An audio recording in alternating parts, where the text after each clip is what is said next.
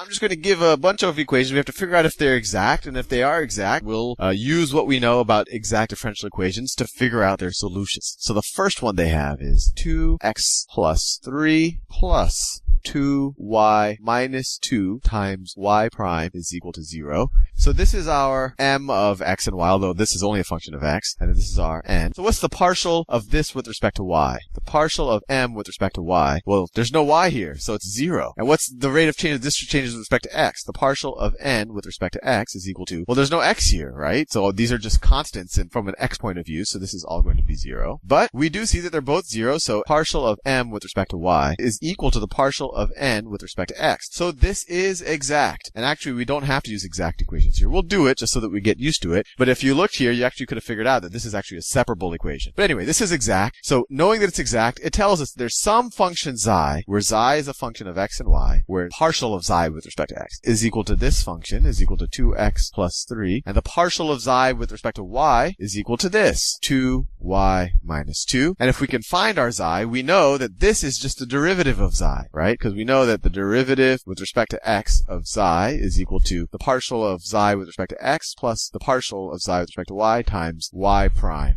So this is just the same form as that. So if we can find a xi, we can rewrite this equation as the derivative of xi with respect to x is equal to 0. If the derivative of xi with respect to x is 0, then if you integrate both sides, the solution of this equation is xi is equal to c. So using this information, we can solve for xi, then we know that the solution of this differential equation is xi is equal to c. And then if we have some initial conditions, we could solve for c. So let's solve for xi. So let's integrate both sides of this equation with respect to x. And then we get xi is equal to x squared plus 3x plus some function of y. Let's call it h of y. Now we use this information. We take the partial of this expression and we say, well, the partial of this expression with respect to y has to equal this, and then we can solve for h of y, and we'll be done. So let's do that. So the partial of xi with respect to y is equal to, this part is a function of x. You take the partial with respect to y, it's 0, because these are constants from a y point of view. So you're left with h prime of y. So we know that h prime of y, which is the partial of xi with respect to y, is equal to this. So h prime of y is equal to 2y minus 2. And then if we wanted to figure out what h of y is, we get h of y, just integrate both sides with respect to y, is equal to y squared minus 2y.